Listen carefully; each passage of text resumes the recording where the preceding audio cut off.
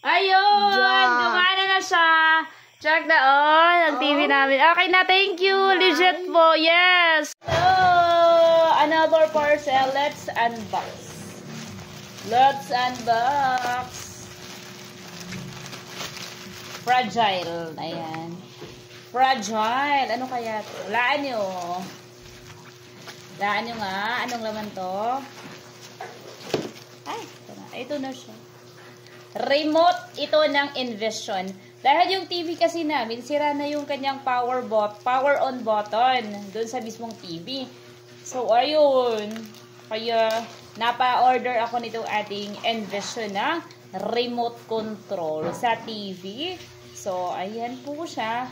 So, open natin ito dito.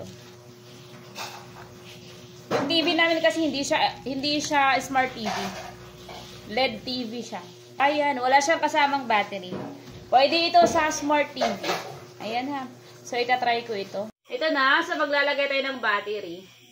Ito itatry ko ha. Pag nag-check out kayo nito, remote control, wala siyang kasamang battery.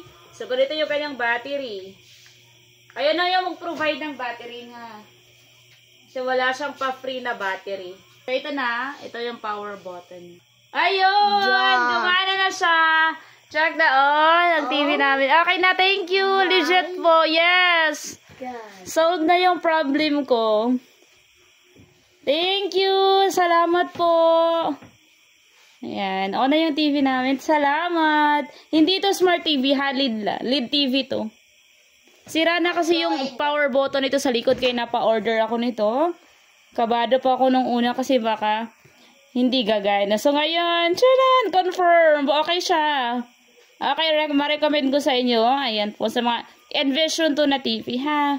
Baka same tayo. Check out yun, ha?